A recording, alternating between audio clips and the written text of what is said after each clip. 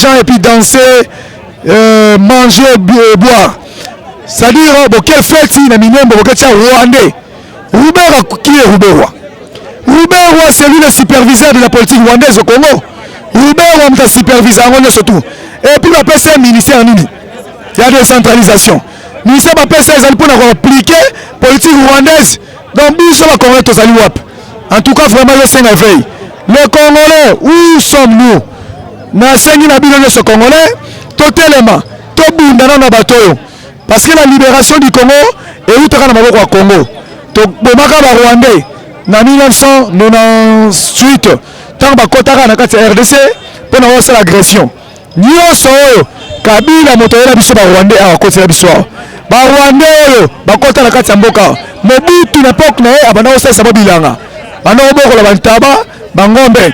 Tata moko mama moko ne muto muto na mutema na ye soki bango bakomi kosala bongo c'est tomoni que non bango pe bazali parmi bato bazo botola biso minembwe parce que biso ndenge totelemi awa toza na posa to bundisa bato bazo linga boko botola biso mboka tozo linga to bunto to benga na bato bazo linga kobebisa population bino boke ko soutenir bato wana c'est que bino pe boza pour bango boza contre population oyo bango ba kosala wana eza distraction eza bitumba ba leader bakoleka bana nyonso bakoleka memboka kotikala ka ndenge ezali nde au Congo mwana mboka est-ce que okoki ko nibeloko wana batini biso ambassadeur rwandais ambassadeur wana batini azaki na Afrique du Sud il a beaucoup tué na Afrique du Sud ba chasser olia kene kotika na mboka na bango te Kabila bengi ye aya kovanda na Congo po ya kosala musani totelemi poto benga na mutu wana Kabila nous envoie des policiers baya ko maltraiter biso tala makamoko kama mwasi ya Tshisekedi Denis Soki Nyakeroro soki nani akei kozula biso ba Rwandais soit disant ba orphelin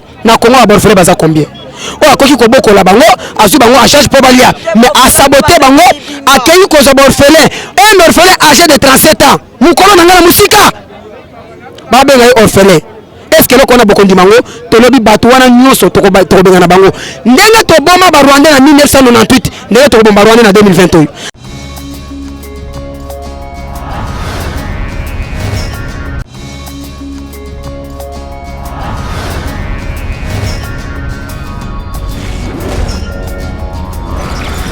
Oui, moi, Mboka, il faut que le projet à côté Kamboka ou bien topé plein balkanisation. Et ça, projet à Kala déjà, Bill Clinton, na Kagame, Batrasaka déjà projet, il y a Bola Congo, qu'on soit parti à Congo, qu'on annexé en Rwanda. Ça ne date pas d'aujourd'hui. Il y a des documents officiels au niveau, il y a bureau, il y a MONUSCO ou bien les Nations Unies, le niveau États-Unis en général, disons.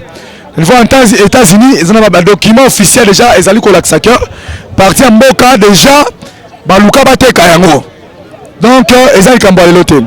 Les ils ont révélé avec Bitakwira Moutunabango et FCC, a révélé clairement, a condamné le ministre de la Défense, a condamné Rwandais Ruberwa.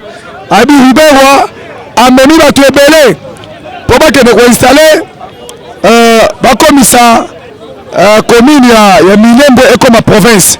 Et puis il y a un déplacement de gens déjà du Rwanda vers RDC pour revivre. Donc déplacement massif déjà la commune à Kota. Et puis on va utiliser déjà la ONG internationale pour exploiter la matière première. Respecter matière première sous prétexte que ça ONG internationale de Baïwana mais na sena ngoma Rwanda ba sa musala nyonso oyo tozali komona makambo Minembwe oyo ezali busoba ya ndeko na biso Congolais Chilombo ataki intérêt à pouvoir amona ki kozala président de la République na kifantar na bango bakasaye yango nde ekoki pona ye sans toutefois ata la makambo etali ba Rwanda na biso mutu akenda kolinga akenda kosala bolingo na ye ou bien mutu makambo ya pouvoir na ye. C'est Kabila. Kabila est là pour la politique rwandaise, pour l'application de la politique rwandaise. On comprend aujourd'hui que Chilombo n'est qu'un facilitateur de l'application de la mauvaise politique rwandaise à Congo. Alors, le les abongo, on s'est ligué comme un seul homme pour te bengana, ne fût qu'ambassadeur de Rwanda, to casser relations diplomatiques avec le Rwanda, mais chose grave, babimisa sur la soda, attaqué biso. C'est-à-dire la RDC ici est gérée par les Rwandais. Les policiers, les militaires sont des Rwandais. Les officiers militaires na biso. Bakobundana Rwandais te. Parce que bande kona bango ba ya pour l'exécution, mise en application pratique, il y a plein na bango. O ba ya na kati Rwanda. C'est-à-dire biso na kati Congo na tozaliawa, on souffre pour rien. Pour que Chilombo akenda ko luka bokonzi ya Moyibi. Toi ministre de la Défense. Aucune politique visant la défense du pays. Toi, le Parlement, la commission de sécurité, défense et sécurité, on appelle ça Jeannette Kabila, rwandaise. Donc, on appelle ça la commission rwandaise. Aucune résolution, papa Nangaï. Alors, les Congolais, où sommes-nous?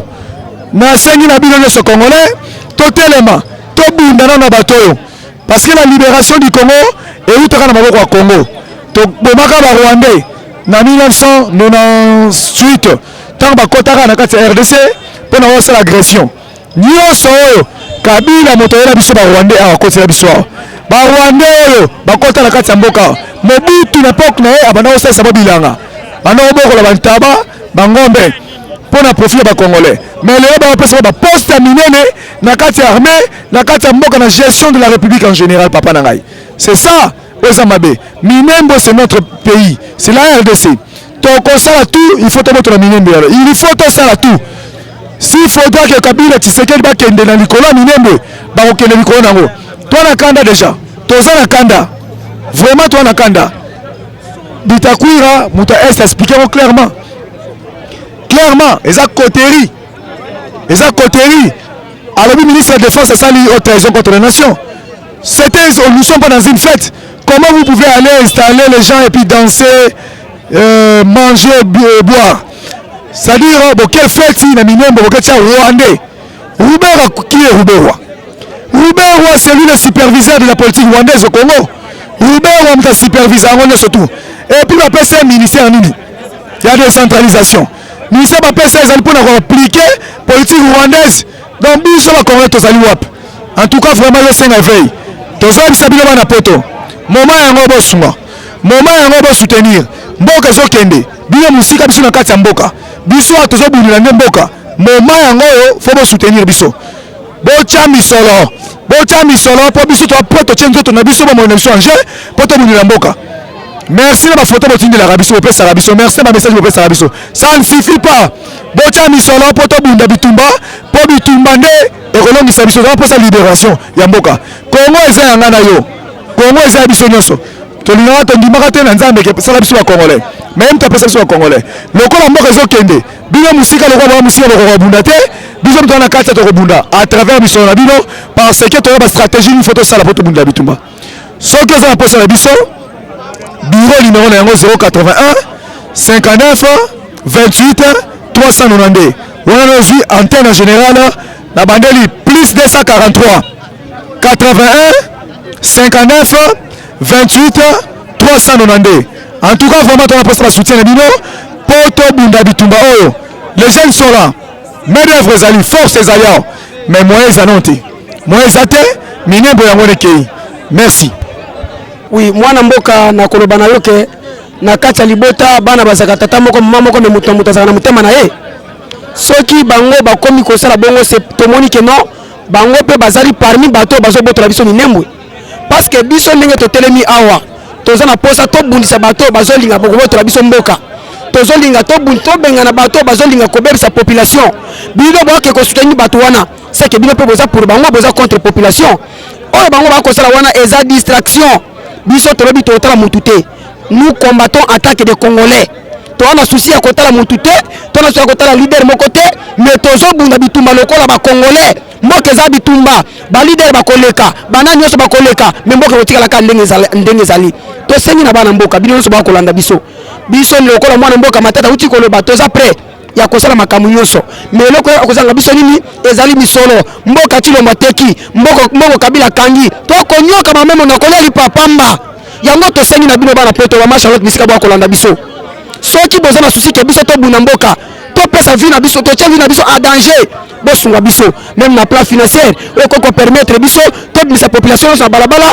pour to sala action si s'agit ko buka to buka si s'agit ko tumba to tumba si s'agit ko bengana to bengana si s'agit ko boma to bomana pour que mboka tia la kimia mais loko ezanga biso ka isaka moko mission les arrêtés plan financier les athées to senyi na bino bana poto bana mboka bisika bozali boye babieke biso awa toza na pasi mboka yango ezokende Kabila teki mboka na Chilombo mbongo nyonso balie bakaboli yango biso totika na pasi soki bino bokangi maboko bandeko na bino botikaki na mboka bakovivre ndenge nini pe bino kuna boza na mboka bapaya makolo na bino pe mutu ezali awa botala Congo ndenge ezobeba tosengi na bino pardon s'il vous plaît bosunga biso na misolo tobundela mboka tokobima na balabala tokosala nyonso esengeli po solution ezwama pe minyembo wana tokotika yango te ti tokobotola yango kaka Kabila ye na mayele mabe azwi armée apesi bandeko ne barwandais azwi décentralisation apesi bandeko ne barwandais mpo na nini po basala perfusion c'est nani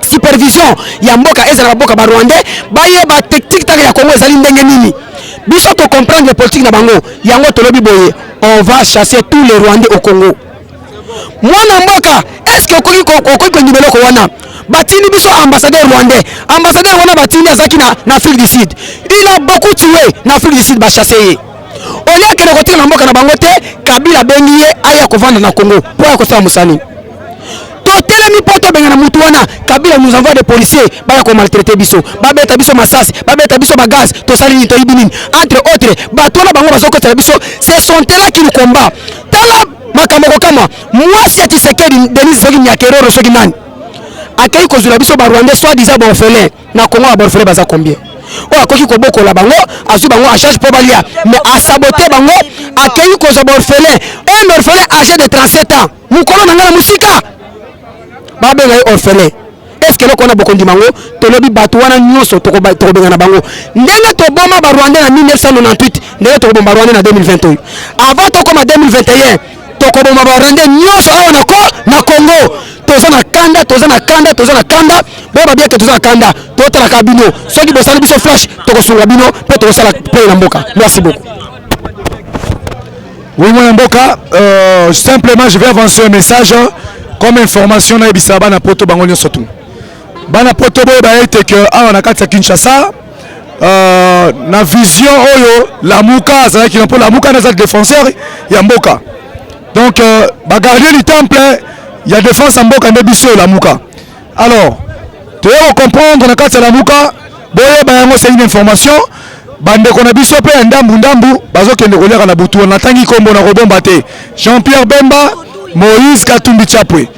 Tout le monde est compliqué. Pourquoi?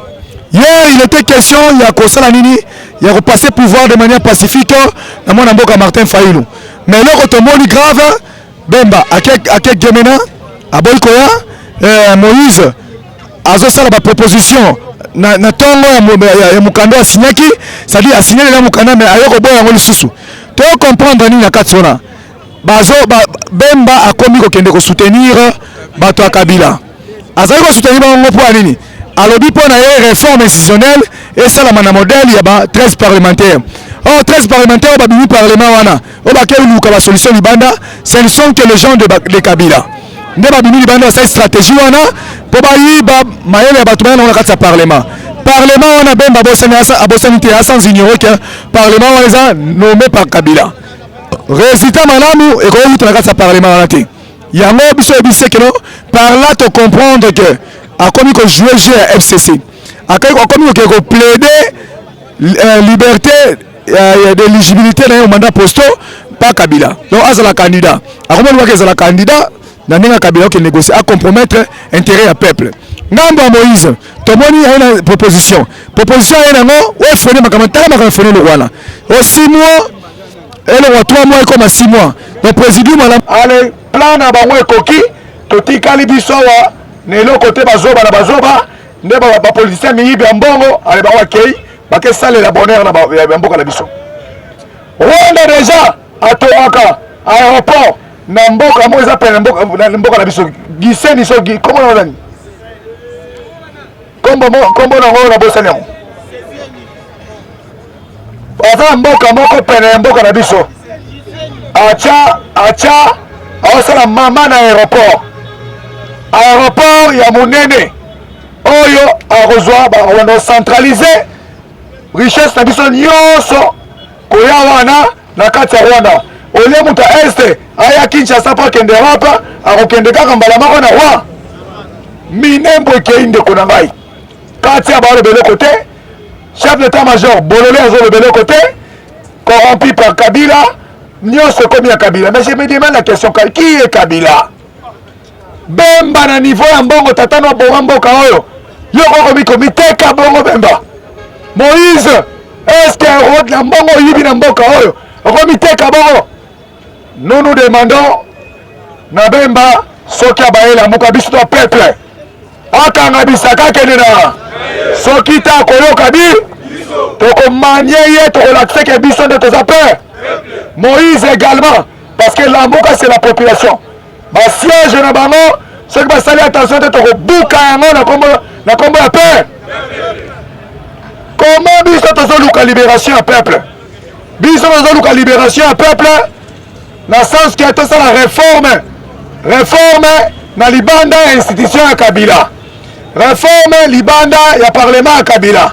Bemba kende ko tweeter alobaka il soutient la démarche de la 13 parlementaire, c'est-à-dire sur la sixième concertation ba meme on a kati ya parlement wana le ronier salama aliembo otalembote tomo na Moïse kuna fourmi essuyer ote totika mandat ya 3 mois na compte la mboka tokoma na mandat ya 6 mois iyo salaki 3 mois ndenge nini ekomi fayilu asala mandat na okomi ko osala loyenge auto modifier article mo na kati wana pendant que yo sala ngo osala na article wana siko fayilu ayena asala na article zo boya pona nini bazo banga kembongo balie bakosanza ya peuple ako démontrer bango yango.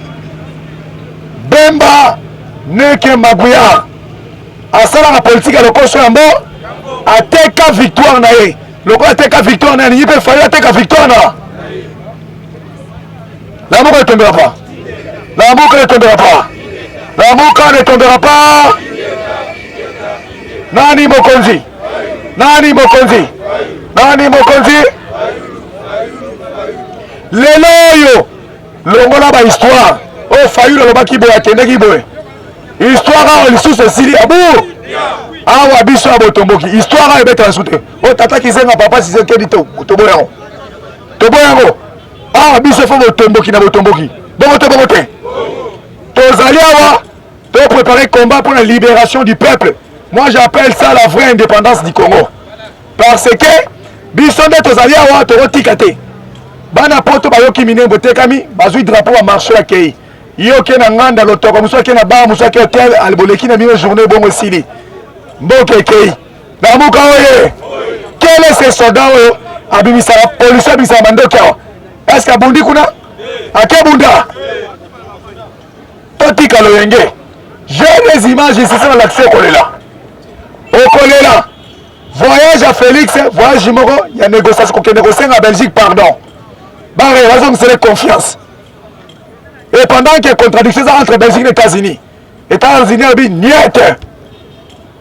Qui sait qu'il doit partir, Kabila doit pas. La Moukaoé. La Moukaoé.